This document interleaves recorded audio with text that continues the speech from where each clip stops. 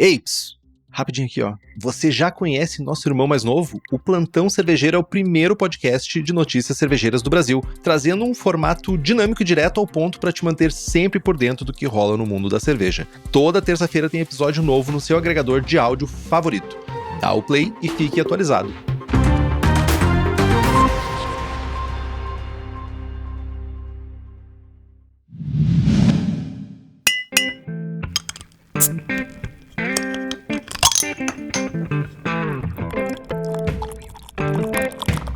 Hipacondríaca apresenta Surra de Lúpulo. Oi pessoal, bom dia, boa tarde, boa noite!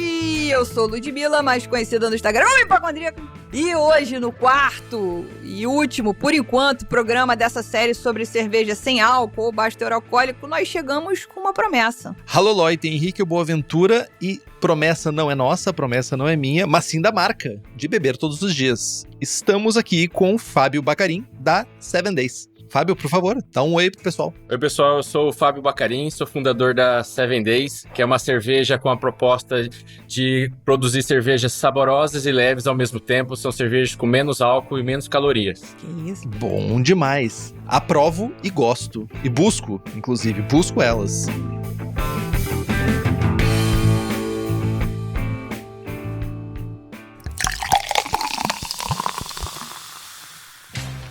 Ludmilla e Fábio, acabou de começar o mês de junho. É aquele momento mágico do mês, aqueles 5 dias onde você tem dinheiro. E esse é o momento específico para você virar mecenas do Surra de Lúpulo. Dinheiro na conta, cartão já virou.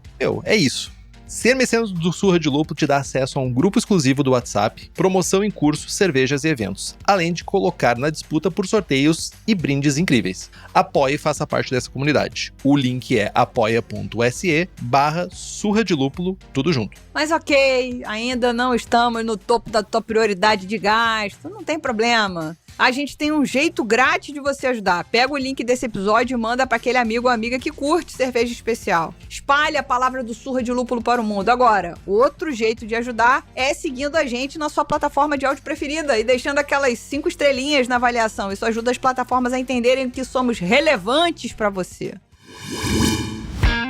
Tem mais uma forma de contribuir com o Surra de Lúpulo. Sabe como? Bebendo cervejas. Aí vocês dirão, mas isso a gente já faz, já é parte do nosso dia a dia.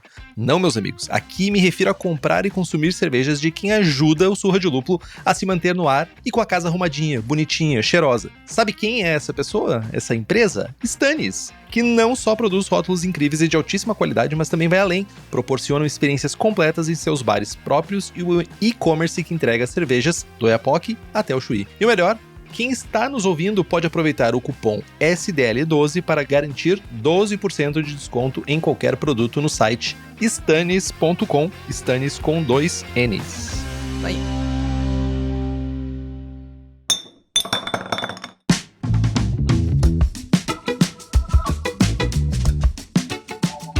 Bom, gente, sem mais delongas, nessa investigação sobre cerveja sem álcool, de menor teor alcoólico, a gente descobriu, como eu vou dizer, um novo mundo, né? No universo das cervejas especiais. Um segmento que tem grandes chances de prosperar em contraste àquilo que a gente tem visto no mercado de cervejas especiais com álcool, que vem enfrentando muitos desafios nos últimos anos. E o Fábio vai nos ajudar a entender o que ele enxergou nesse negócio. Então, Fábio, senta que lá vem a história. Na verdade, conta pra gente a história da 7 Days, né? Que eu imagino que é bastante única. Eu nunca tinha ouvido falar de uma cervejaria 100% focada em produzir cerveja de baixo teor alcoólico. Então, como é que surgiu a ideia de uma cervejaria focada exclusivamente em rótulos de baixo teor alcoólico? Tem a ver com o Chamado, o filme Chamado? Samara 7 Days?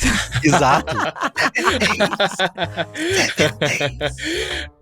Eu já escutei bastante disso no Instagram, vira e mexe, tem uns comentários. Eu sei, sou idiota. Mas não, né? Não tem nada a ver. Mas assim, a ideia da 7 Days, ela não nasceu de primeira, vamos assim dizer, com essa questão do baixo teor alcoólico. Na verdade, assim, eu tenho como hobby fazer cerveja em casa, isso desde 2019, e como empreendedor eu sempre vou olhando o mercado, assim, né? Tipo, nunca se contenta só em estar com um hobby em casa, né?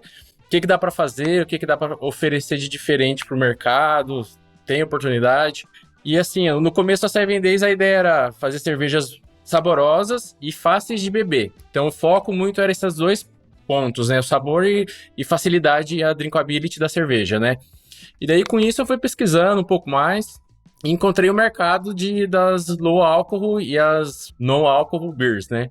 E aí, assim, no meu caso, né, eu vi os podcasts de vocês das cervejarias sem álcool, assim, no meu caso eu não sou atleta, não sou esportista, então é muito mais a opção de o que dá para fazer, o que eu consigo reduzir de álcool e manter uma cerveja o mais perto possível da cerveja tradicional, vamos assim chamar, tá? Esse começou a ser meu objetivo na 7 Days. E pesquisando, vendo esse mercado das de baixo teor alcoólico, eu encontrei uma cervejaria, a história de uma cervejaria em Londres, eles começaram em 2017, que é a Small Beers. Né? A Small Beers é uma categoria de cerveja medieval, ela foi produzida, né, no século XIX.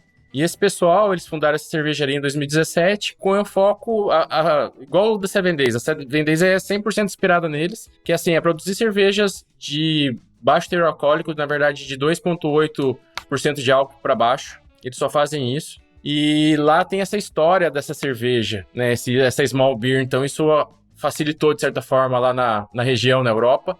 E essa cerveja, ela inclusive na época era bebida até por crianças, porque na época a qualidade da água era ruim e preferiam beber a cerveja porque isso evitava a proliferação, né, de bactérias, tinha os nutrientes da própria cerveja. Então era servida nas escolas, tem uma história assim. E eu tive até a oportunidade de conhecer a cervejaria lá. Então, quando eu soube da história, né, não só falando dessa cervejaria, voltando para 7 Days, mas quando eu vi a história deles, eu falei, poxa, é algo legal, assim, porque eu queria encontrar esse equilíbrio. Já tô com 40 e poucos anos aí, então eu tenho essa preocupação. Então, o que dá para fazer, né? Assim como tem tido esse movimento de procura de melhorar a alimentação, né, procurar alimentos mais saudáveis, naturais. Então, assim, onde eu consigo chegar com a minha cerveja sem perder as qualidades de uma cerveja artesanal de fato? Então, começaram muitos testes. Daí eu fiquei 1 ano e meio, mais ou menos, fazendo testes. No começo eu queria fazer assim, até onde eu consigo chegar com o álcool. A Summer, que foi a nossa primeira cerveja, as primeiras versões dela, tinha em torno de 1,1%, 1,2% de álcool. E daí eu comecei a fazer testes cegos com algumas pessoas próximas que eu conheço aqui. Eu coloquei cervejas de várias marcas e a minha no meio e fazia testes cegos. E daí eu fui observando que, assim, eu tava fugindo um pouco da proposta inicial, que era a questão da drinkability. As pessoas viam que a cerveja era boa, legal, tal, mas optavam por outras pela facilidade de tomar. Tipo, já a cerveja tem menos álcool, mais leve, mas então eu quero uma cerveja mais, de fato, que seja mais suave. No caso, as primeiras versões da Summer, ela era mais encorpada, porque daí ela tinha menos álcool, mas acabava que o carboidrato ainda era alto, né? A FG dela acabava ficando meio alta ainda. E daí eu continuei desenvolvendo para chegar nesse equilíbrio. Daí foi que a gente chegou na receita final, que tem 2,1% de álcool e 63 calorias e 4,9% de carboidrato. Então, assim, a gente não puxou para nenhum lado, a gente reduziu tudo, tentando sempre focar no sabor da cerveja. Então, e a história do nome, lá no começo, comecei muito a pesquisar isso, a cerveja com alta drinkability e saborosa, então, assim, é uma cerveja para tomar todo dia. E daí foi 7 Days, eu acho que tem a cara da marca, então vamos seguir esse nome aí, e daí casou bem com essa proposta das cervejas de baixo teor alcoólico. Interessante, porque tu trouxe essa questão das cervejas inglesas, né? Principalmente do baixo teor alcoólico e do consumo por crianças, é muito interessante, porque as cervejas, historicamente, né, inglesas, elas não tinham uma atenuação alta. Então, elas eram umas cervejas que tinham muito açúcar residual e elas eram muito nutritivas também, né? Então, também tem essa parada. Não era só uma questão de ter pouco álcool. Muitas vezes o pouco álcool era um subproduto, né? Na verdade, não era desejado e tornava aquela cerveja mais nutritiva. Mas eu achei interessante a pegada também da redução de carboidratos. E essa redução de carboidratos, ela vem com o propósito de diminuir corpo e aumentar a drinkability. A gente não tá falando necessariamente de saúde. Na verdade, assim, foi uma consequência dos testes, sabe, Henrique? Porque, como igual eu te falei, no começo ali, a primeira versão, ela tinha muito pouco álcool, mas daí para dar sustentação precisava ter açúcar, né? E daí gerava o carboidrato. Então eu fui tentando chegar no equilíbrio, e daí chegou nesses 2,1% de álcool, que ficou legal, assim, eu consegui manter bem as características da cerveja normal, assim, é pouco perceptível que ela tem 2% de álcool, e com isso, com o resultado também, a gente conseguiu diminuir o carboidrato, porque também eu comecei, com os testes, foi desenvolvendo essa questão do álcool e das calorias, foi os principais 2 pontos. Como consequência veio o carboidrato, né, que também, se for pegar a cerveja tradicional, ela vai ter quase 1/3, ou pelo menos metade, já diferente um pouco da cerveja sem álcool, no caso, essa vai ter mais carboidrato, então essa é um pouco da diferença. Também, uma coisa que é importante pontuar é que a gente pensa assim, porque são cervejas iguais, a diferença é pouca. Não, tem outras coisas, tem processos diferentes que a gente vai falar um pouquinho mais pra frente. Mas eu queria ainda trazer um ponto referente à cultura de beber, né?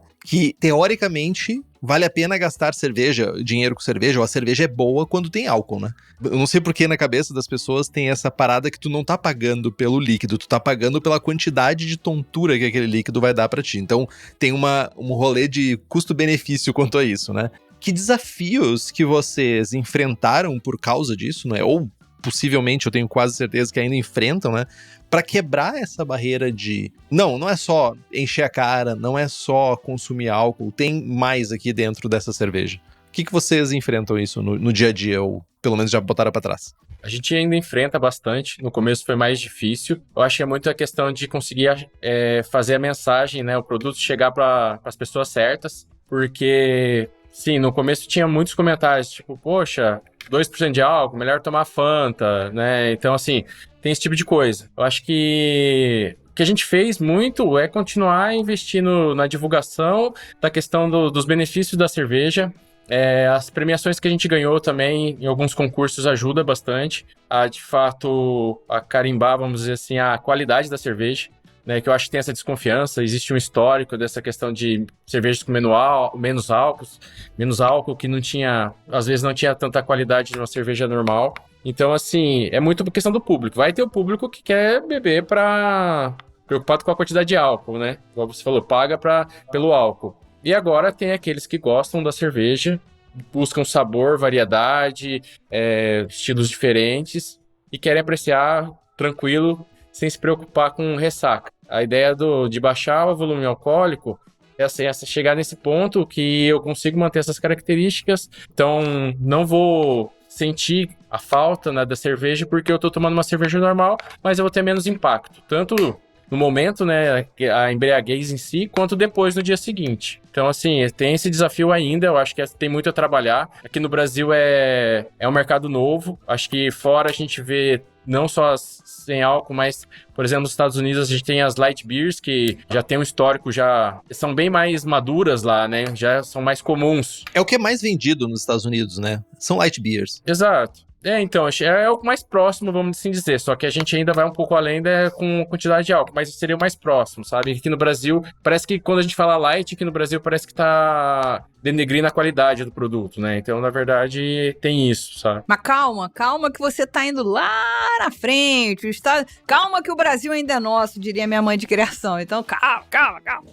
Aí você tá falando de estilo e eu acho que é bem legal a gente trazer esse assunto pra cá, porque como boas pessoas curiosas que somos, a gente tá sempre interessado, né, no próximo momento, qual é o próximo estilo, como é que é a decisão dessas coisas todas, mas, para além disso, e a cerveja sem álcool tem trazido eu acho que nos últimos 4 anos, principalmente, eu acho que a cerveja sem álcool começou a ativar no Brasil depois do lançamento da Heineken Zero, né?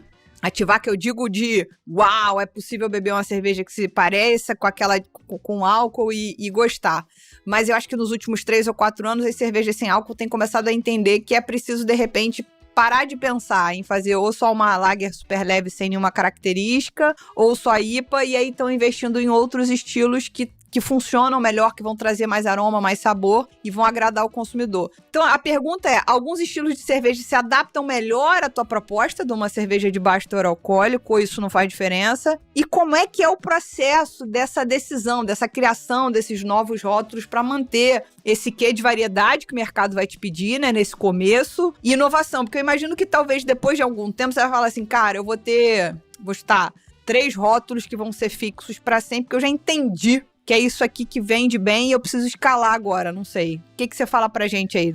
Como é que rola? Pois é, a ideia é a gente desenvolver rótulos, principalmente focando em estilos mais clássicos, vamos assim dizer. Mas sim, tem essa dificuldade. Em alguns estilos tem mais dificuldade que outros. Os estilos mais fáceis têm cervejas mais claras e menos lupuladas. E acho que as mais difíceis são as mais escuras, tá?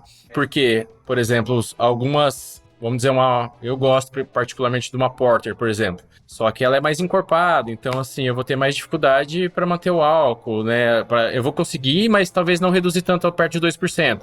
Talvez eu consiga um resultado legal um pouco mais. Então tem que fazer muito teste. Então, é difícil manter essa questão da drinkability, que é a proposta. A minha ideia é que a cerveja a gente consiga oferecer estilos clássicos, por exemplo, quem sabe mais pra frente um pouco uma dry stout, que seja leve, fácil de tomar, mas ainda assim mantém as características da cerveja do estilo original.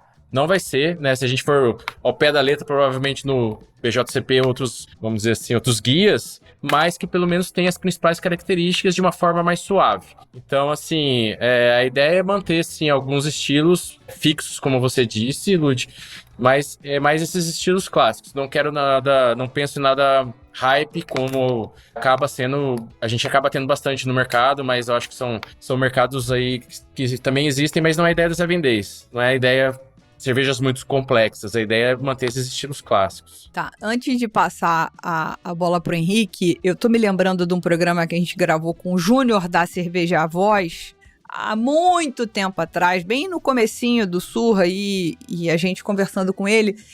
Ele falou brevemente sobre um assunto, ele falou, se as pessoas soubessem da quantidade de açúcar ou de calorias que tem numa Hazy IPA, talvez elas bebessem muito menos. Porque como não é obrigado a colocar no rótulo a tabela nutricional, você bebe porque você ama e etc. E aí, agora, isso, novamente, o Surra fez 5 anos agora recentemente, ou seja, esse programa tem 4 anos e 11 meses, porque foi bem no comecinho. E aí você tá falando agora que alguns estilos não se encaixam muito bem na tua proposta, porque a tua proposta é ser uma cerveja leve de tudo, né? Leve de álcool, leve de caloria, leve de drinkability, etc. E aí pra fazer a última perna da conexão, é o pessoal da Pivo, que lançou uma Hazy IPA sem álcool, que eu ainda não tive a oportunidade de provar, mas por per se, como diria meu amigo Henrique, já é um desafio, né? Então eu fico intrigada como é que essas coisas mudam tão rapidamente. Entende o que eu quero dizer? Lá atrás, 5 anos atrás, caramba, pensar uma Hazy IPA super calórica. Segue sendo.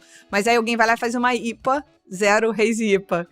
Que louco, enfim. Henrique, desculpa, devaneios do velhaco. A Hazy IPA é quase como se fosse um pudim, tipo, a caloria de um pudim, assim, sabe? É realmente, porque, primeiro, tem muito carboidrato ali sobrando, tem muita proteína e tem muito, dependendo hoje, eu nunca vi, tipo, qual é o problema que as pessoas têm de fazer cerveja alcoólica, sabe? Por favor, gente, eu não quero ficar marretado toda vez que eu tomar. Aí tu pega umas Hazy com 8,5, 7,5, umas paradas assim que, realmente, caloria pra caramba. Mas, já que a gente entrou nesse lugar, né, de, tipo, falar de números e tal, eu tenho um certo fetiche por coisa técnica, né? Então, coisas técnicas me agradam. E, em termos de produção, né, temos alguns desafios para produzir uma cerveja sem álcool. Sem álcool não, na verdade, com álcool reduzido, sem álcool também, mas os desafios são menores do que uma cerveja sem álcool. Tem algum processo de cara, assim, que é muito diferente nas cervejas que tu faz? No processo de produção, que as pessoas, só para as pessoas entenderem, né, a diferença de uma cerveja mais alcoólica, de teor padrão de álcool, versus uma de teor reduzido. Não, é diferente da sem álcool, realmente, Henrique. O nosso processo é praticamente o mesmo, a cerveja tradicional, né, se chamar. O que muda, assim, o que a gente tem muito cuidado é muito a questão da seleção dos ingredientes. Então, assim, por exemplo, na sem álcool, né, a gente tem processos como a questão da fermentação interrompida. Hoje a gente tem cepas de fermento específicas para a produção de cerveja sem álcool. No caso, não. No nosso caso, a gente usa cepas tradicionais, americanas, inglesas. Tem um cuidado com a questão de preparação da água, ajuda bastante. E a questão da seleção dos ingredientes, os principais, né, a base, os maltes e os lúpulos. O que dá trabalho é os testes para fazer casar tudo isso, né? Então, impacta tudo, assim, tem lúpulo que Se você usa numa cerveja tradicional, você não sente impacto negativo, que você pode perceber no excesso de uso daquele lúpulo. Já numa cerveja de baixo teor alcoólico, vai ser mais fácil você perceber. Então você tem que conseguir isso. Poxa, talvez eu queria usar o lúpulo X, não vou poder. Eu tenho que tentar ver características que não impactam no sensorial de forma negativa e vou usar aquele. Então é muito teste. Boa. E tem, assim, do lado de processos, né, a gente, pra quem não conhece ainda como uma cerveja é feita, mas a gente tem basicamente disponibilizar açúcar pra levedura comer, versus o que sobra de açúcar, que é geralmente o corpo ou o dulçor que fica na cerveja. Aqui a gente tá falando de cervejas que elas são feitas com uma carga mais baixa de malte e que a levedura, ela consome menos açúcar, ou seja, deixa mais açúcar sobrando, certo? Exato. É produzida com uma carga menor de malte, mas a diferença é que o tipo de malte. Então hoje tem cervejas mais suaves, como as lagers, que normalmente você não usa malte especial. No caso da cerveja de baixo teor alcoólico, é importante usar. Então, assim, por mais que tenha menos malte, mas eu vou usar mais maltes especiais do que maltes base. Então, assim, tem essa compensação, porque no fim, é o que você disse, é a questão de o quanto de açúcar que eu vou oferecer para a levedura consumir e transformar em álcool. Então, a gente usando esses maltes especiais, eu vou focar muito mais no sabor residual que eu vou ter no final. Também eu tenho que tomar cuidado com a questão da, né, esse açúcar que vai sobrar vai impactar no carboidrato. Então, assim, eu tenho que cuidar disso também. Mas a ideia é usar uma carga maior de maltes especiais para que o processo extraia mais sabor do malte do que simplesmente o açúcar para a levedura comer e transformar em álcool. Boa. Então a gente tá falando de não tem os maltes diferentes são maltes especiais, né? São maltes caramelo, maltes que dão sabor mesmo, né? Não são maltes que são especificamente ali mais para dar açúcar para levedura. E vocês têm uma cerveja sem glúten também, se eu não me engano, né? A gente lançou recentemente, sim, a versão da Summer. A produção dela, no caso, é feita através de enzimas, né? Que removem o glúten. Então é a mesma cerveja, a Summer, que a gente lançou, só que a gente faz o uso das enzimas para reduzir a quantidade de glúten dentro da legislação, para ela ser sem glúten, assim como os outros alimentos, né? Então, para ficar viável para tanto para celíaco como pessoas que também hoje têm optado por reduzir o consumo de glúten. Interessante, porque só pontuando, né, tem várias maneiras de fazer uma cerveja sem glúten, né? Tu pode fazer uma usando maltes de grãos que não contêm glúten, que é uma maneira, sorgo, malte de arroz, trigo sarraceno, são coisas que não tem glúten e tu pode fazer uma cerveja, ou tu pode optar por fazer uma cerveja tradicional, bem entre aspas, que não é tradicional, porque é uma com álcool reduzido, e optar pelo uso da enzima pra daí quebrar as cadeias de glúten e virar uma cerveja com um teor baixo o suficiente para uma pessoa que tem algum tipo de resistência, né, ao consumo. E uma coisa que virou um tema bem comum nas conversas que a gente fez com cervejarias que produzem cerveja sem álcool é a temática da pasteurização. Como isso se encaixa no mundo das cervejas de teor alcoólico reduzido? É uma necessidade para vocês? Não sei se vocês fazem ou não fazem, como é que é? Sim, é uma necessidade ainda. Primeiro pela questão de saúde, né? Vamos dizer, para manter a cerveja livre, proteger a cerveja de bactérias, enfim, que é por isso que existe o processo de pasteurização, né? Para ela durar mais. E também pela questão de logística. Mas principal é essa questão de manter a validade da cerveja por mais tempo. A questão, assim, diferente da sem álcool, como tem um pouco de álcool, tem ali quase 50%, né? Tem de uma cerveja tradicional, então a gente pode, foi o que a gente fez experimentando, qual é o nível de pasteurização, vamos dizer assim, para não impactar no sensorial da cerveja. Então, fazer o mínimo possível de unidade de pasteurização ali para não perder o sensorial da cerveja e mesmo assim manter ela segura para consumo por muito tempo. Eu fico aqui me perguntando, assim, e aí vocês me corrijam ambos, que vocês são técnicos e entendem dessa paranauê aí, dessa magia negra de fazer cerveja. Eu estive em Nova York recentemente e aí, na The Other Half, o cara tinha uma cerveja sem álcool plugada lá no tap dele, uma cerveja produzida por eles, com 0,5 de álcool, uma Witbier. E aí eu, com meu inglês, how you doing? Fui perguntar a ele sobre pasteurização e etc. E aí ele explicou que eles não pasteurizam porque eles só servem ela no tap. Entendeu? Então, tipo, não é engarrafada, não é enlatada e tal, só serve ali. Porque a gente conversou aqui com as outras cervejarias sem álcool e todas elas pasteurizam. além da questão do tempo de prateleira e etc., como não tem o álcool, para ter alguma estabilidade, também pode acontecer uma produção posterior de álcool, né, nessa cerveja se não tiver pasteurizada. Isso pode acontecer com a Seven Days também, tipo, faz de conta que tu não pasteurizou. Botou a garrafinha lá, tá na geladeira, tá bonitinha, tá fresca, mas ela continuou ali fazendo um processo fermentativo. Seria possível isso acontecer com vocês também, se não houvesse processo de pasteurização? Sim, é possível sim. Eu acho que seriam níveis que, assim, bem baixos. Eu acho que até na sem álcool também, mas assim, no caso da sem álcool, a legislação é mais rígida, né? No caso, a gente não se enquadra em nenhuma legislação específica. Então tem esse risco, mas pode acontecer, né? Eu acho que vai eliminar isso sem a pasteurização é muita questão da filtragem, a questão do próprio processo ali de fermentação, acaba minimizando isso, mas pode acontecer. Entendi. É que pra vocês isso não é um problema. Tipo, ela ter um pouquinho a mais de álcool depois de um tempo não é um problema. Mas pra quem é uma cerveja sem álcool, isso é um problema. E aí, essa era a justificativa do pessoal da The Other Half. Tipo, aqui a gente controla 100%. Ela vai estar o tempo inteiro na câmara fria, a gente vai estar no controle se o barril tá demorando pra terminar e etc. Então, a gente vai estar sempre atento a isso, né? Agora, a gente, na primeira pergunta, quis saber dos estilos que se encaixam, mas eu acho que era bom você aproveitar e dizer quais são os estilos que você já tem hoje, pra galera saber. Hoje a gente tem a Summer, que é uma cerveja mais neutra, vamos assim dizer, bem suave. Ela é uma Blonde Ale, tá? Ela é inspirada na American Blonde Ale, então ela é mais neutra. A gente tem a Session IPA, a American Session IPA, e a gente tem a American Wheat, que é uma cerveja de trigo mais lupulada, né? Tem uma pegada mais de lúpulo do que as trigos alemães e belgas. Uhum. E a Summer sem glúten também, que é a mesma cerveja da Summer, mas ela tem essa versão sem glúten. Entendi. Perfeito.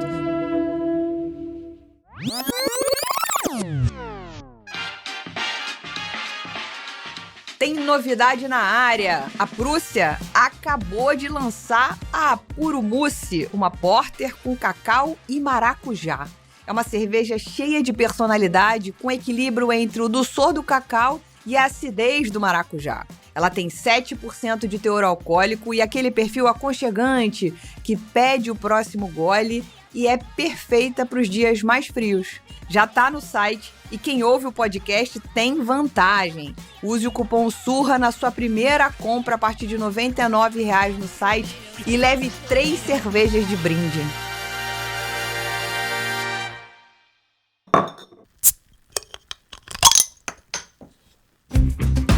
Bom, um tema que também não pode deixar de passar por aqui é a gente falar, sobretudo falando de cerveja, né? A gente é um podcast cervejeiro, pra quem não sabe ainda. Prazer, bem-vindos. É falar de legislação tributária, né, cara? Que é um emaranhado infinito, Brasil, infinito. Então, assim, a legislação brasileira atual facilita ou complica a produção e a comercialização de cerveja de baixo teor alcoólico? Tem algum incentivo para isso hoje? Não, incentivo não tem hoje, não. O que acontece é a questão da nomenclatura, né? A legislação. Então, no caso, a gente tem a zero, que é até 0,05%, a sem álcool, que é 0,5%. E existem as de baixo teor alcoólico ou teor alcoólico reduzido, isso é questão de mais rotulagem, mas não impacta tributariamente, isso aí não tem impacto, sabe? Tá. E vocês estão, imagino eu, antenados na reforma tributária, no que isso vai significar. E aí, como é que vocês enxergam essas mudanças previstas na reforma tributária que vai entrar em vigor em 2027 e que isso, de repente, pode beneficiar esse tipo de produto? Existe essa questão de tributação, né? Está sendo estudado pelo volume alcoólico. Então, assim, é uma coisa que pode impactar a gente, mas não é uma coisa que a gente se preocupa, né? Porque a gente mantém o propósito da cerveja e vamos seguir em frente lutando aí com essas burocracias que a gente tem aqui no Brasil, né? No governo. Então, assim, eu acho que o que vai facilitar para todas as cervejarias é principalmente a questão da substituição tributária, que vai cair. Mas, especificamente, pra gente, eu acho que é mais essa questão de volume alcoólico, mas ainda tem que ver como que isso vai, de fato, refletir, né? Eu dei uma futucada para poder tentar entender esse emaranhado da tributação, que pode ser uma coisa que passe na cabeça do nosso ouvinte, né? E aí, pelo que eu entendi, e eu posso estar falando uma besteira sem tamanho, se eu tiver, por favor, vocês ou algum tributarista me corrija, que as cervejas sem álcool, zero álcool, sem álcool ou /zero álcool, elas estão enquadradas num NCM, que é tal da Nomenclatura Comum Mercosul, que abrange bebidas não alcoólicas. Então, portanto, elas pagam uma alíquota um pouco menor. Essa classificação de cervejas, né? E aí parece que tem um projeto no governo federal, no Congresso Nacional, perdão, que propõe reduzir a carga tributária das cervejas sem álcool ou com menos álcool, porque o argumento é que elas são menos prejudiciais à saúde. Tem um negócio desse. E as mudanças da reforma tributária falam um pouco mais do tipo tirar a cerveja com um teor alcoólico menor para também ter alíquota menor, porque aí não entraria naquele imposto seletivo e etc, né? Então isso estaria um pouco mais alinhado com essa coisa da saúde, etc. É mais ou menos isso que está se avizinhando, né? Então talvez a gente esteja migrando para um novo momento de consumo e de produção, onde todo mundo vai pensar um pouco mais na hora de decidir fazer cerveja com mais teor alcoólico. Acho que o Henrique também tem informação sobre a Inglaterra, que tem uma legislação parecida com isso. A gente fez um programa junto sobre isso, Henrique? Não, ao longo do tempo na Inglaterra, na verdade, né, historicamente, ao longo do tempo, a taxação era feita em cima do teor alcoólico, né? Então, não somente isso, primeiro, a Inglaterra foi uma das legislações de cerveja que mais sofreu mudanças, né? Já foi taxado o malte, que ia pra dentro da cerveja, já foi taxado o volume de malte, já foi taxado o volume das tinas, já foi taxado de várias maneiras. E também tem um agravante também que não somente de taxas, como as guerras, né? Uhum.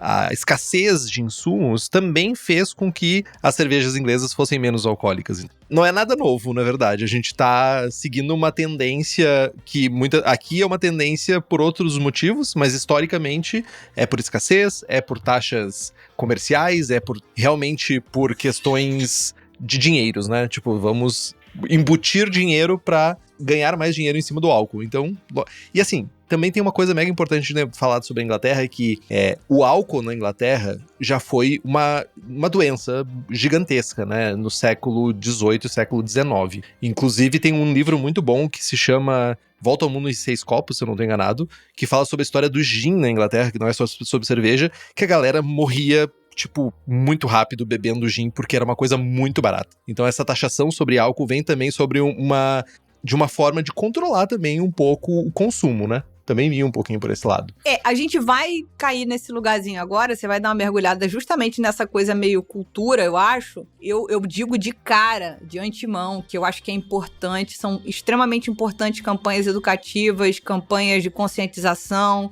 de entendimento do consumo de álcool. Eu sei que são coisas que lotam o nosso sistema de saúde, mas eu acho que tem coisas que ultrapassam a liberdade do ser humano de se intoxicar, entendeu? Enfim. Quem sou eu, Brasil? Quem sou eu? Não lembro quem falou isso, mas tem coisas dentro de mim que merecem ser entorpecidas, às vezes. Uma pergunta que eu também não fiz, Fábio, que falhei. Vocês têm uma planta de produção própria? Vocês fazem isso como ciganas? Não, a gente não tem a planta. Hoje isso é feito de forma cigana, sim. A gente usa parceiros para fazer a produção de cerveja. E esse contrato, como a gente não tá falando de um processo diferente, né, como na cerveja sem álcool, não gera nenhum tipo de ônus para quem tá recebendo, né, essas cervejas, produzindo, melhor dizendo, essas cervejas com baixo teor alcoólico. Porque o processo é igual, não tem nenhuma enzima sendo usada diferente, não tem nenhuma levedura diferente sendo usada, então não chega a ser um agravante para a produção dela numa cervejaria cigana, certo? Exato. É um processo convencional. Eu acho que a questão da cerveja, dessa proteção é complicado, né? Eu acho que tem muito a questão do processo, como você falou, mas no mais é questão de ter a confiança, claro, tudo registrado certo, mas confiança da fábrica que vai produzir, né? Então, acho que é muito disso. Agora, desculpa, jump no assunto antes do Henrique entrar no outro tema, olha como é que é interessante isso. A gente falou com as 3 cervejarias que são sem álcool do Brasil, majoritariamente sem álcool. Majoritariamente não, exclusivamente sem álcool. Que na ordem foi a Beba Lucy, a Etap e a Sim Cerveja. As 2 primeiras não têm planta, produzem de forma cigana. Assim, tem a planta, ok? E todas elas nasceram com o seu e-commerce pronto. Porque você não precisa debelar apenas um problema ou uma questão do consumidor. Você precisa debelar também uma questão do ponto de venda, que ainda não está 100%, entre aspas, educada para falar, eu preciso ter isso no meu portfólio também. Que é o caminho contrário. Normalmente as cervejarias, ciganas ou não, falam, pô, eu vou produzir e vou tentar vender barril primeiro aqui na minha região. Pensar em e-commerce, é óbvio que depois da pandemia, quem não tá pensando em e-commerce não viveu a pandemia, pelo amor de Deus. Mas até ali a pandemia, a gente notava isso. 99% das cervejarias, elas queriam vender para o PDV. E como isso foi uma mudança estrutural bizarra, né? Exatamente. Eu acho que a pandemia acabou trazendo essa questão de todos se prepararem para a venda online. Eu acho que não tem como fugir disso, né? Eu acho que, claro, tem várias formas da distribuição. Hoje tem o bar próprio, tem os pontos de venda e tem o online. Não tem como fugir do online, porque hoje tem essa facilidade de você receber a sua cerveja em casa, as pessoas estão consumindo mais em casa, o perfil de cervejas até de baixo teor alcoólico, sem álcool, acho que é muito de consumir em casa também. Então, assim, eu acho que tem tudo a ver e é importante ter esse canal de vendas, né? E principalmente o quão evoluiu os e-commerces, né? Eu acho que como as empresas estão se preparando cada vez melhor para vender online também. Mudando um pouquinho agora também aqui voltando a falar um pouquinho sobre mercado, né? Nós temos 2 mercados, um não tão antigo, mas um muito antigo, o mercado europeu e o mercado norte-americano, que ele já tem o consumo mais forte, né?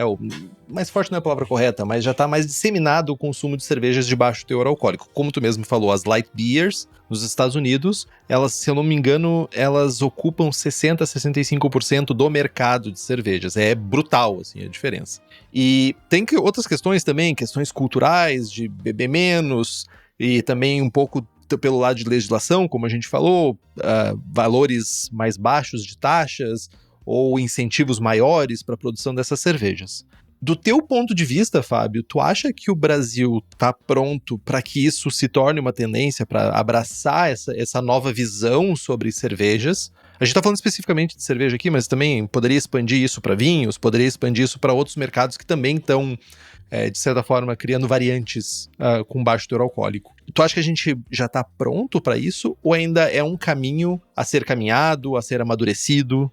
Eu acho que tá em amadurecimento, tá? Isso aí, Henrique, porque eu acho que são várias marcas, né, que vêm contribuindo com o crescimento da cerveja sem álcool, cerveja de baixo teor alcoólico nos últimos anos. Cervejas, né, de grandes cervejarias, grandes cervejarias entrando no mercado, na verdade, com as versões, como a gente comentou no início, né, vocês comentaram aí da Heineken. Eu acho que isso é importante para fortalecer e mostrar que sim, é possível. Né? Então, eu acho que existe um preconceito ainda com essas cervejas. Então, assim, no caso, também não é... Principalmente no caso, falando pela Seven Days, né? A nossa proposta é mostrar que eu posso tomar uma cerveja tão boa, né? Igual uma cerveja, vamos dizer, tradicional, e sem perder sabor, sem perder nenhuma característica da cerveja, mas ela tendo menos álcool. Então eu posso reduzir o consumo de álcool, me cuidar mais da saúde e ainda assim tomar uma boa cerveja. Porque existe esse preconceito, né? Que a cerveja acaba perdendo características, etc. Tem também essa questão, cerveja sem álcool é para quem não pode tomar álcool. Então, assim, tem opções para reduzir. Eu não preciso eliminar o consumo de álcool, assim como qualquer outro cuidado que eu tenho que tomar na alimentação. Eu posso moderar, eu posso equilibrar. Então, aí que entra a Seven Days. Então, não é sem álcool, não é uma cerveja tradicional, mas ela está no meio termo que ela tem 2.1, 2.0% de álcool, que já vai, com certeza, impactar muito menos no consumo de álcool. E eu me lembrei agora que eu acho que foi em 2019 ou 2018, no Mundial de la Bière, aqui no Rio de Janeiro, a cervejaria Motim lançou o que eles chamaram de micro-IPA, que foi uma IPA que tinha, salvo engano, 3,5 teor de álcool.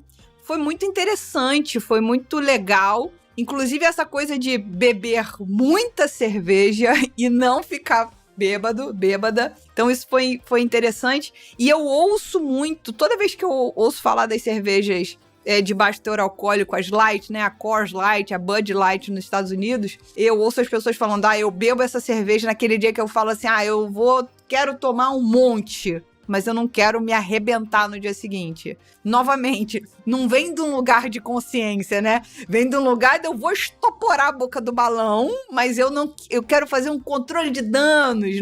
Não vem do lugar correto, entende o que eu quero dizer, né? Estou tomando uma cerveja de menor teor alcoólico porque eu sou uma pessoa consciente. Não, eu quero enfiar o pé na jaca até a virilha, mas amanhã eu quero estar bem novamente. Eu quero testar o meu sistema renal pra ver se ele vai funcionar, até que ponto ele funciona pra filtrar.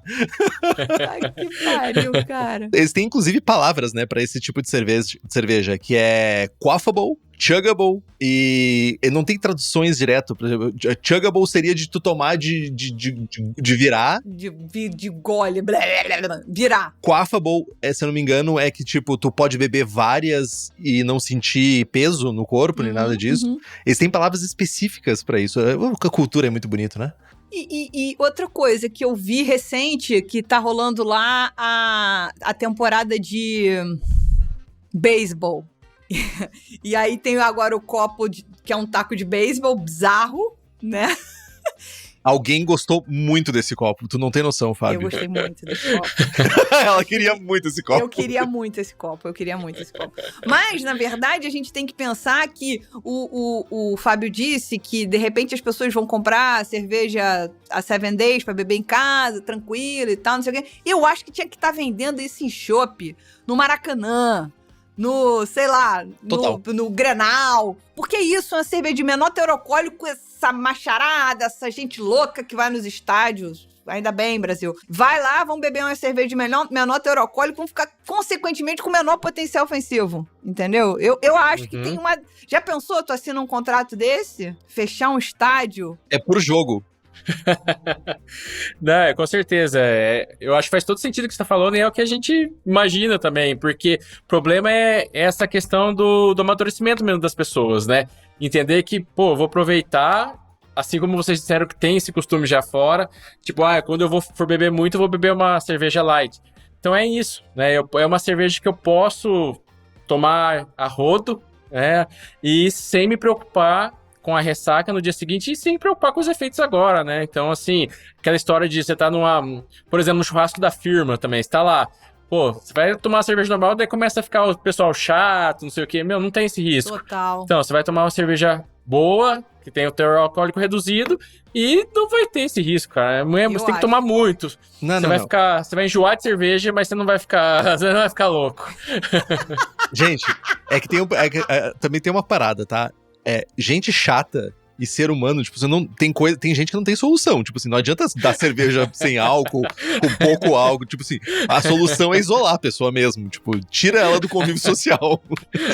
Henrique, mas às vezes não dá pra fazer isso, então se a gente dá uma cerveja de menor teor alcoólico, a gente vai, sei lá, dar até uma suavizada na chatice dessa pessoa, não sei. Mas dá pra batizar a cerveja da pessoa com alguma coisa que faça ela dormir, por exemplo. Entendi. Tem aquele chato ali que tá escondido no dia a dia da empresa, né? Daí chega, enche a cara no churrasco, no outro dia fala, puxa vida, não consegue olhar pra cara do chefe, né? Exatamente. Mas aí, já ficam várias ideias, Fábio, de coisas pra você tentar atuar. Já, por exemplo, para o Natal, vender 7 Days na festa da firma, do tipo assim, cara, muito melhor do que essa Heineken que você vai comprar, bota isso aqui que não vai ter problema pra ninguém. E estádio de futebol, 2027, inclusive ano da Copa Feminina de Futebol no Brasil. Copa do Mundo Feminina no Brasil, já pensou você vendendo cerveja de baixo teor alcoólico na Copa, cara? Que sucesso! Meu Deus. Eu vou ficar bêbada com ele. Vai testar seu sistema renal. Eu acho que falta essa consciência, então eu acho que esse é um trabalho, das marcas que estão aí no mercado, né, amadurecimento no mercado, de entender isso, esses tipos de benefícios, sabe? Que posso tomar cerveja e não vou ter esses impactos, sabe? Essa chatice, né? A ressaca do dia seguinte e a ressaca hoje, né? Então, assim, vou tomar à vontade e não vou ter esse problema. Acho que falta isso. As pessoas ainda têm esse pé atrás quando ficam sabendo. Então, mas quem sabe, né, quando tomar proporções desse tipo de grandes eventos, eu acho que vai mudar, vai virar o jogo. Aí a gente, pra ir caminhando pro nosso próximo tema, que eu acho que tem tudo a ver com uma coisa que você já comentou, que foi a premiação da Summer. E aí a gente tem se debatido aqui como é que tem sido feita a avaliação das cervejas sem álcool, por exemplo. A gente ainda entrar no sem álcool. O Henrique, que é o pai do BJCP, pai universal do BJCP no Brasil, a gente fica conversando sobre essa coisa do não existe uma categoria, não é uma categoria sem álcool, mas talvez a gente tivesse que criar um guia de estilos sobre cerveja sem álcool, porque o sensorial é um bocado diferente. O juiz está avaliando baseado numa cerveja que tem álcool, né?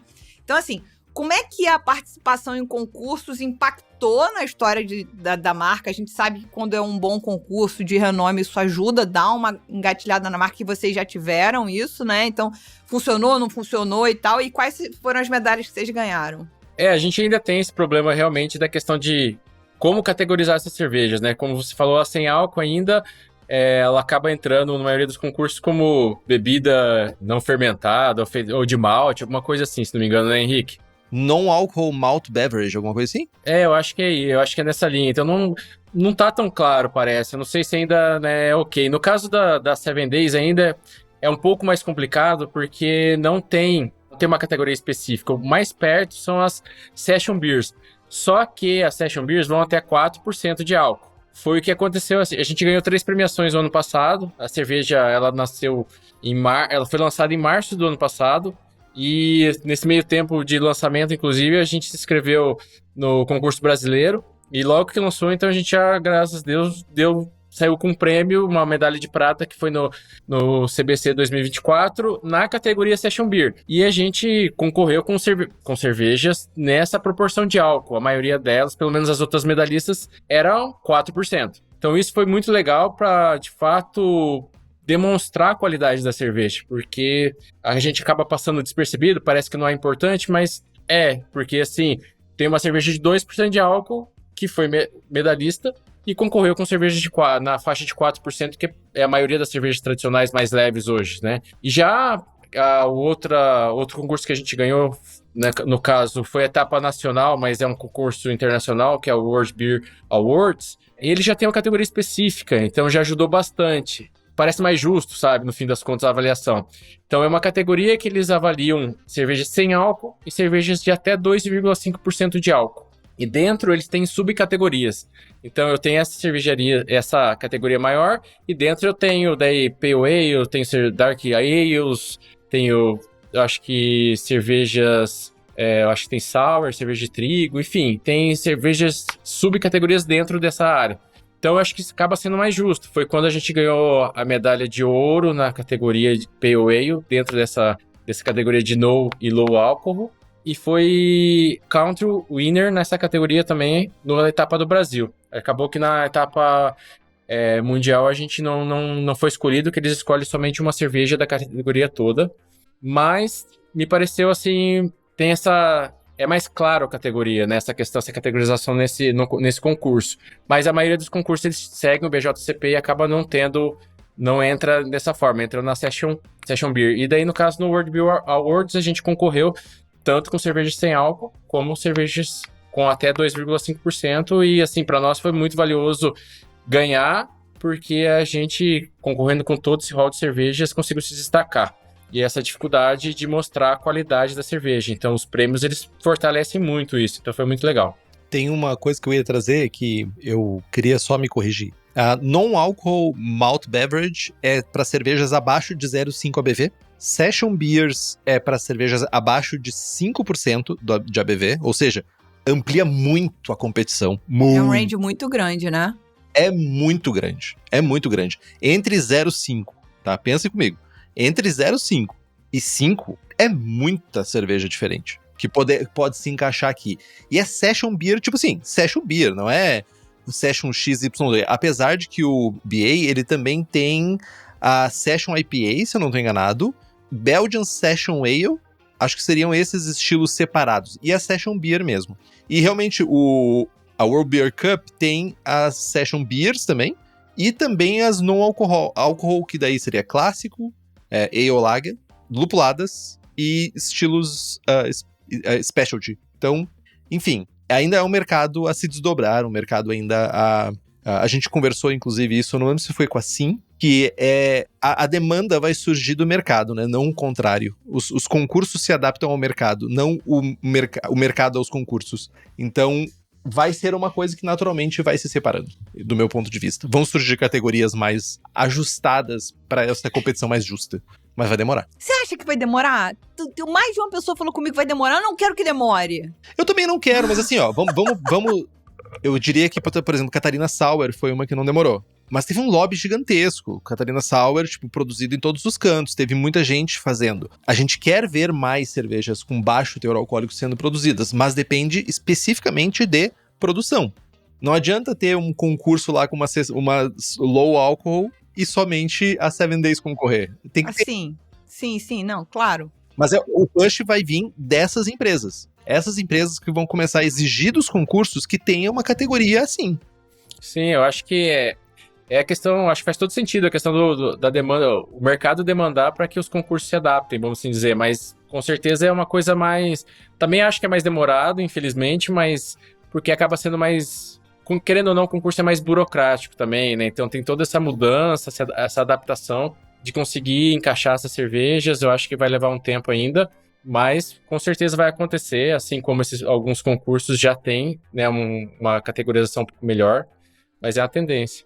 E eu me pergunto aqui, e que agora tem várias perguntas que povoam a minha cabeça e que não me deixam dormir. Fábio acabou de plantar mais uma pergunta em minha cabeça, para que eu não durma mais, que é: eu vi muitas cervejarias artesanais produzirem as suas próprias cervejas sem álcool, mesmo elas não sendo exclusivas, né? Não faço só cerveja sem álcool, mas eu tenho um rótulo sem álcool, 2. Além da micro IPA que eu acabei de citar para vocês, que nem é mais produzida, foi breve a vida dela, porque não há produção de cerveja de baixo teor alcoólico em outras cervejarias que produzem cerveja com álcool. Por quê?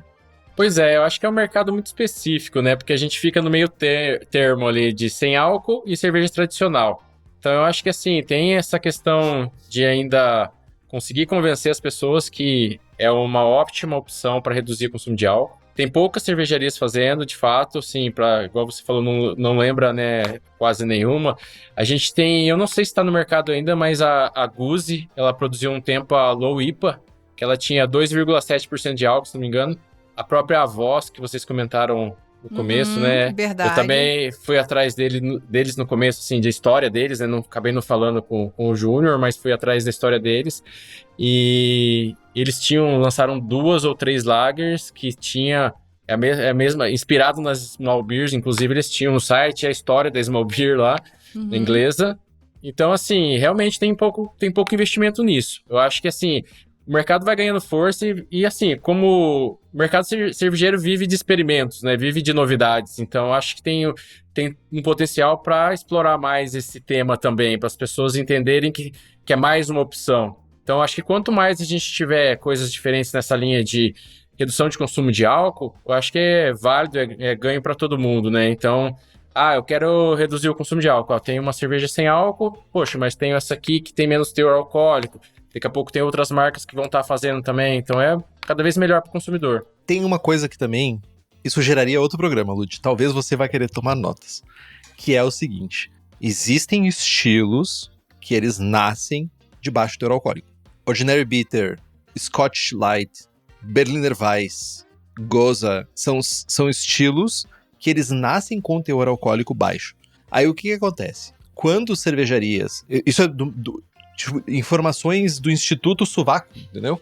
Que é, quando as cervejarias querem colocar uma cerveja de baixo teor alcoólico, elas não olham para uma adaptação de receita. Que é, me perdoa por simplificar tanto, Fábio, mas eu entendo que vocês estão adaptando uma receita que ela é full álcool para uma cerveja low álcool. Eu vejo as cervejarias olhando mais. Eu vou botar uma bitter, vou botar uma Scotch. Scotch não, ninguém bota Scotch no cardápio, mas bota uma bitter, bota uma Witbier leve, alguma coisa assim. Que são estilos que eles nascem como uma cerveja de baixo teor alcoólico, mas não tem tanta essa cultura de olhar por uma, sei lá, um processo de tornar uma cerveja, talvez, vamos falar, por exemplo, da Pliny the Elder e a Pliny the Young, sabe? Tipo, que é uma cerveja grande e uma cerveja menor. Não tem esse processo aqui no Brasil tão comumente, entende? Talvez isso gere um programa. Eu acho que você acabou de dar um exemplo que eu acho que, tá bom, a Bitter é uma cerveja que nasce com possibilidade de menor teor alcoólico. Tá bom. Porra, não tem nem bitter pra beber, cara, no mercado? Não, mas daí o ser humano tá errado também, né? Tipo, não ter bitter pra beber é foda. Ah, cacete. Eu não vou nem continuar nesse assunto pra não me aborrecer.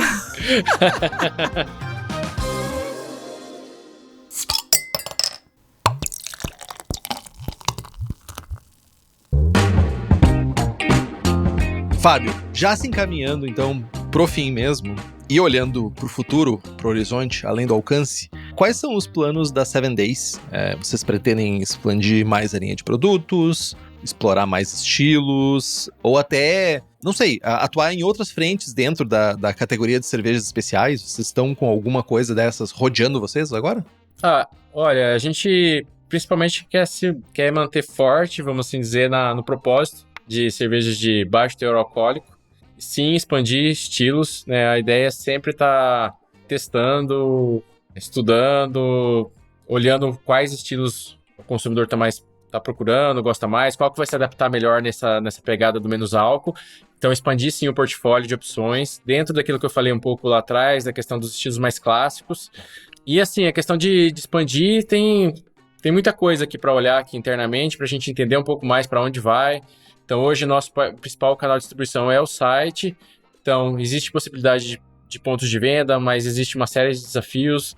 Tenho vontade de ter algo específico da marca, sabe? Um local de consumo de cerveja de baixo teor alcoólico, sabe? Agregar mais uma experiência diferenciada para quem busca isso.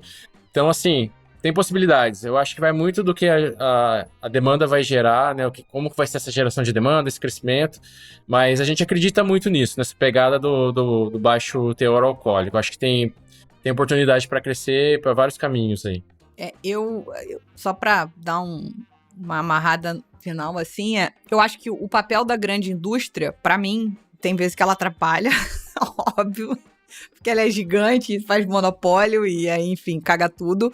Mas, ao mesmo tempo, ela tem um papel educativo, né? Ela tem um papel de quando chega a Ambev botando uma grana bizarra em cima da Michelob Ultra, a Amstel, acho que é a Amstel que tem a Ultra também, que é dessa de menor teor alcoólico, menor carboidrato, e aí fala que isso é bom, aí patrocina a corrida, bota no final, que é o que as cervejas sem álcool nacionais, as pequenas estão tentando fazer para ocupar esse espaço da galera do esporte. Eu não acho que tem que ser necessariamente isso, mas quando essas grandes marcas fazem essas grandes campanhas, elas de alguma maneira elas mostram pro público, elas educam o público, né, que existe essa possibilidade. Se você pegar e botar uma Michelob do lado de uma 7 Days, pelo amor de Deus, é todo dia um 7-1, cara.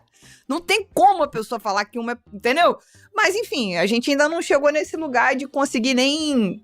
Sabe? Tipo, de repente tinha que fazer um teste cego. A Michelob ou a 7 Days, Summer? Porra, é isso. Eu não sei. Eu sempre fico aqui tentando pensar em forma de debelar. Deixa ele educar, mas depois você converte pro lado de cá, né? Mas eu sou uma sonhadora. Dica de conteúdo, Lud, pra ti, inclusive. Dica de conteúdo pra mim, eu tô dando dica de conteúdo para o Fábio, pô. Mas ele vai te contratar daí. O mundo dá volta, entendeu? Boa. O mundo não dá volta, o mundo capota, Brasil. Mas tem tudo a ver isso que você falou, com certeza. Eu acho que essas marcas, elas estão, na verdade, educando, de certo, nesse ponto aí. Igual você falou, tem vezes que atrapalha, mas nesse ponto, sim, eu acho que é uma coisa que as pessoas vão se acostumando. E daí começam a abrir um pouco a visão para, tem outras opções, com a mesma pegada, melhores. Então, aí por aí vai. Mas vai muito de entender que existe isso, né? Querendo ou não, essas marcas patrocinando esportes, mostrando cerveja de baixo teor alcoólico. Eu acho que é muito o que aconteceu lá no começo também com a cerveja artesanal em si, né? Essa migração das pessoas que tomavam cervejas comerciais e começaram a experimentar cervejas artesanais. Tomara. Henrique, você quer completar, meu amigo? Eu gostaria de ver, assim, nem que seja estilos mais que nascem com teor alcoólico baixo, Mas eu acho também que a maneira que a gente tem de trazer o público para perto é focar nas cervejas que eles já conhecem. Isso é uma boa porta de entrada, transformar estilos já conhecidos em estilos de baixo teor alcoólico. Isso vai naturalmente expandir o consumo de table beers belgas, dry stouts, bitters, cervejas escocesas, enfim. Eu acho que a gente tem que continuar fazendo esse mecanismo girar. Bom, meus amigos, a gente para por aqui. Eu tenho a impressão que a gente ainda vai falar muito sobre cerveja sem álcool e quem sabe também sobre cerveja de menor teor alcoólico no Brasil. Eu acho que a gente tá num momento da virada, num turning point, né? Mesmo que não sejam cervejarias 100% dedicadas a esse tipo de produção, mas eu acho que ainda há muito pano pra manga pra esse negócio. Então eu sigo aqui me perguntando, cadê... Não sei se o Fábio quer isso também, né? Não sei se ele quer essa concorrência. Já passou todo mundo. Agora eu tenho a minha small beer aqui. Puta que pariu! Não sei. Aí ele grita, first. Pode ser também. Não, é bom pro mercado, com certeza. É bom, sim, ter essa... Acho que é uma questão de... Quanto mais tiver, quer dizer que tá validando que vale a pena consumir esse tipo de produto. Então, com certeza, é importante, sim, ter. Espero que cresça.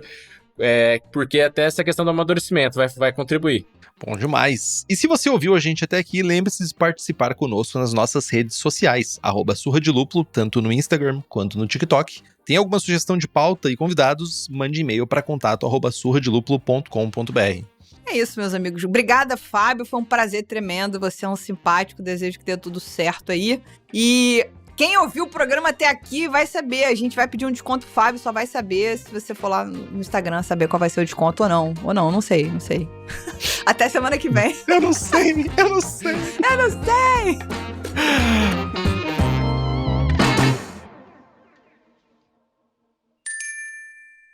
Beba local, beba com moderação.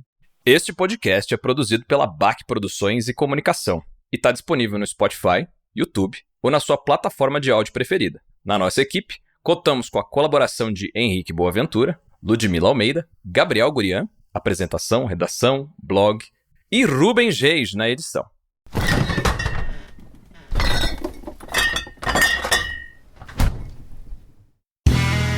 Este podcast foi editado por Play Áudios.